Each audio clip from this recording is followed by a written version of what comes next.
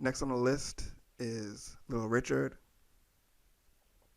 And so Little Richard, he's really known for his boogie woogie infused, rock and roll piano.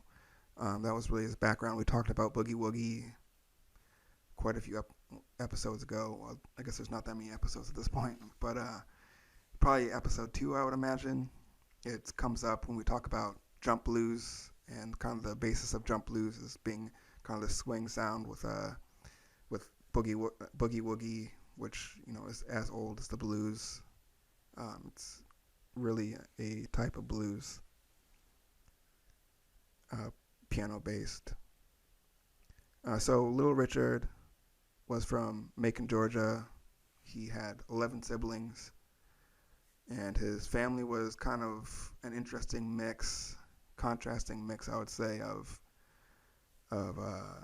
they had contrasting mix of lifestyles, I guess you can say, because some of his family was very strictly religious, and his other family was bootleggers, which of course was essentially a life of crime to a certain extent during those days, selling alcohol and whatnot when you weren't really supposed to be. Supposed today that's not really seen the same way as it was at the time, but you can see how a strict religious side would clash with that sort of lifestyle. So that's kind of interesting. He learned to play piano and perform at church. That was really where he got his start in music. And Little Richard was reportedly kicked out of his house at the age of 13. Um, People mostly think that it's due to his sexuality, family members, or his dad. There's different stories. It was never really confirmed by him, but he was kicked out of his house one way or another, or left his house at the age of 13. And so during this time, he worked at carnivals and he worked in vaudeville for a little bit. And he ended up being taken in by Ann and Johnny Johnson. And they ran the TikTok Club in Macon. And that's where he was able to start performing, on stage at least, while also working at the club. So in the 1940s, he performed for a little bit with the Sugarfoot Sam's minstrel show, and we've talked about minstrel shows quite a bit, so I'm not going to go into the background of that. But at one point, one of the female performers was not able to show up for the show, and so Little Richard ended up uh, going out in drag as a character that was called Princess Levon. And so the success of this character and persona that he developed on the show, it led him to perform at some other shows, also in drag, different shows around the South, including the LJ Heath show, which had multiple performers in drag, which is mostly just interesting because when you think about the South, outside of maybe New Orleans and Atlanta, you don't necessarily associate the South with, especially during these times, with having a significant drag scene.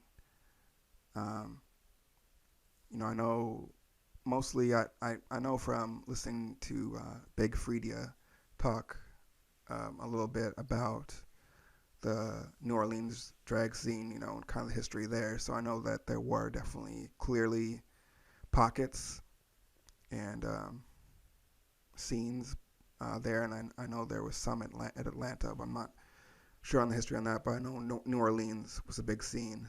But considering the time, and considering the location, it's something that I think stands out a little bit. But with that said, Little Richard was performing doing this at circuses and minstrel shows. So it's not necessarily that in all these cases or any of these cases that the portrayals of these characters or individuals was necessarily like positive or like progressive in thinking, but I think it's still interesting. And at one point, he started to frequent the New Orleans clubs, the New Orleans club scene, including Dewdrop Inn, which was Dewdrop Inn was one of the centers of black music in New Orleans at the time. And the MC and host was Patsy Vidalia, who was a female impersonator in the 1940s, late 1940s, at least at that club. Patsy Vidalia had performed at other venues, but eventually ended up at the Dewdrop Inn. And Patsy Vidalia was, if you're not familiar with a female impersonator, that's kind of an old, outdated term that I don't think you hear very much. But there's a female impersonator differentiates between drag or drag queen, specifically at those times. A lot of times the terms were used interchangeably, but female impersonator, you could specifically refer to the actual impersonation. Some of the female impersonators really focused on specific female characters, but and some of the female impersonators took offense if they were called drag queens, and so that was just kind of the situation then. But Patsy Vidalia was really known as a great performer, and specifically had really great showmanship, and that partially influenced Little Richard. Because if you know anything about Little Richard was a very, very good, legendary showman.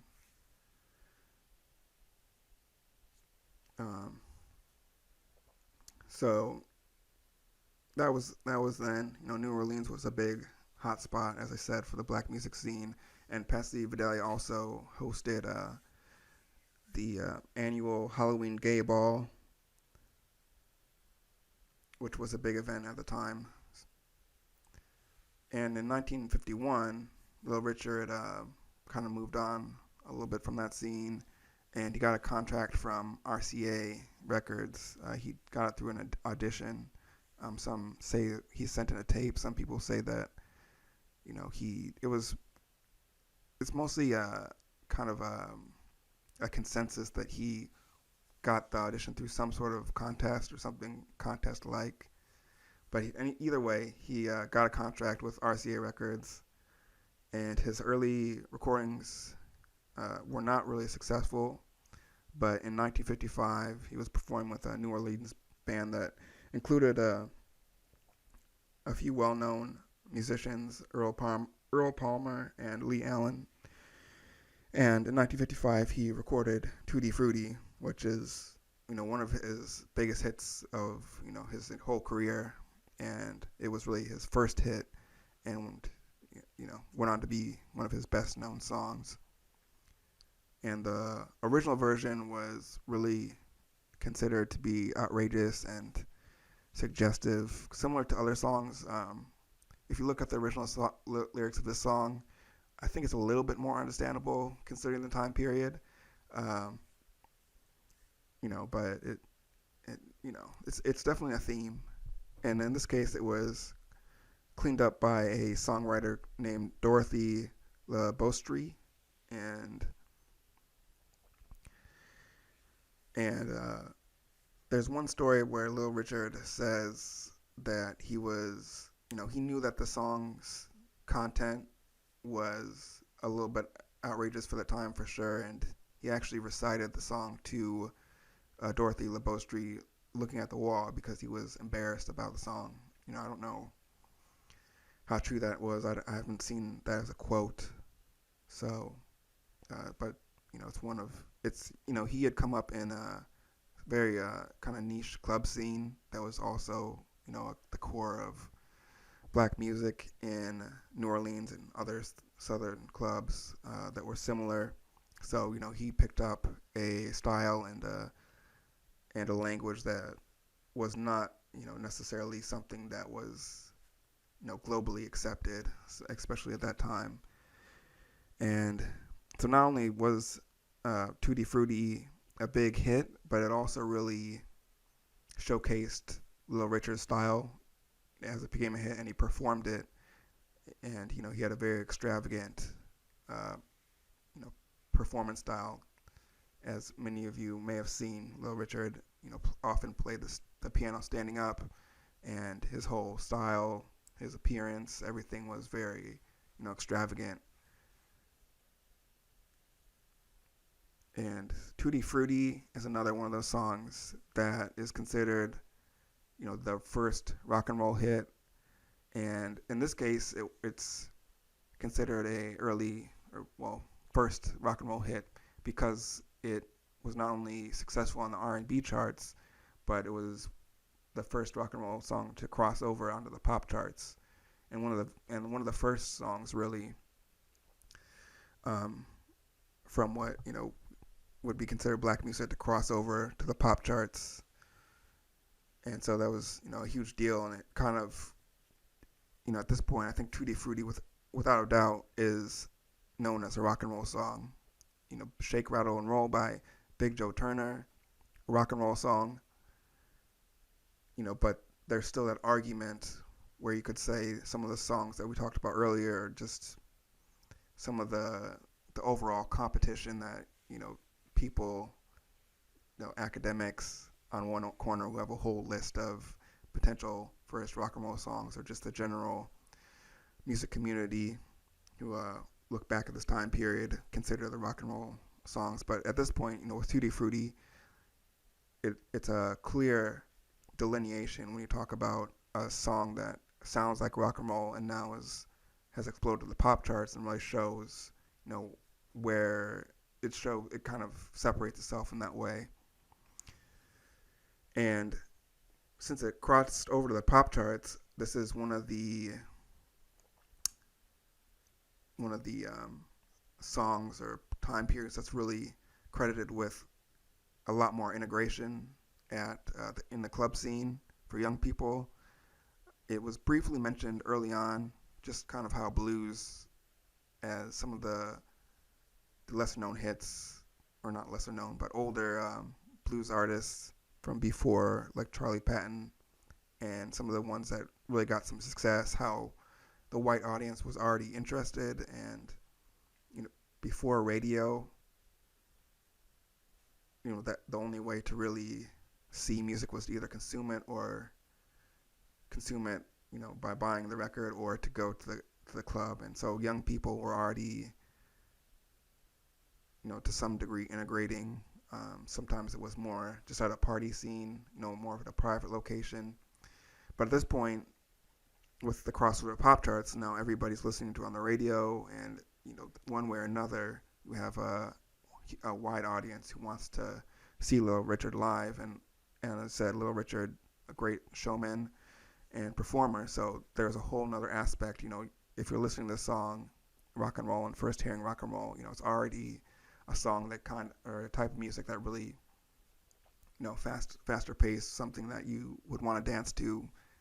And so that's gonna, of course, encourage you to want to see it live. So if you have the opportunity, especially for young people, they think differently.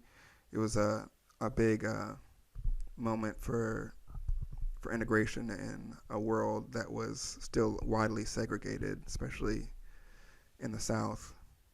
And either way, whether it was mandated or not, North or South, during these times, there was a clear segregation that was just occurring in clubs in general, whether it was, sort of outright, by legally, or just kind of how the culture operated socially at the time.